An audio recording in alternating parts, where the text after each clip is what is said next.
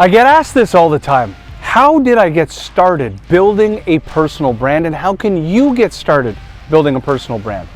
Now, we teach sales professionals a sales engagement framework, and that same framework 10 years ago I used to start a personal brand. Now, let me walk you through the 3 levers that you can control that ultimately will help you along that journey. You can control, number 1, the stories you tell people. Number 2, the mediums at which you tell stories. And then number 3, the cadence and sequence, the order of operations in which you tell those stories. If you isolate each one of those, you can develop an action plan.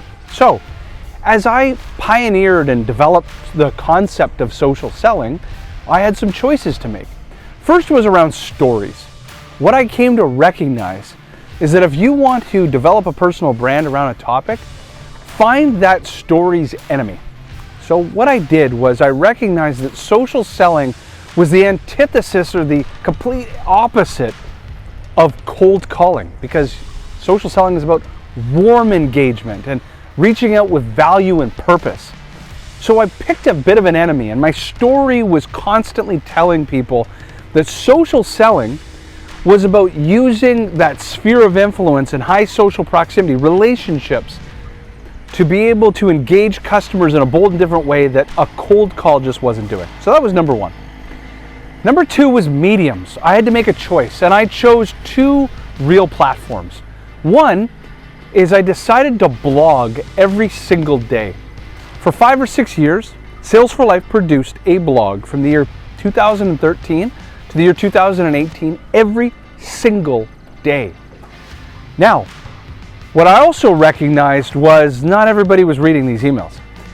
So I was posting, and I have been posting, on average 3 times a day on LinkedIn for about 8 years. And most of that content is pitfalls, challenges, and best practices, giving to the community. And then finally, the last piece was cadence and sequence, which I kind of baked into this, was morning, noon, and night.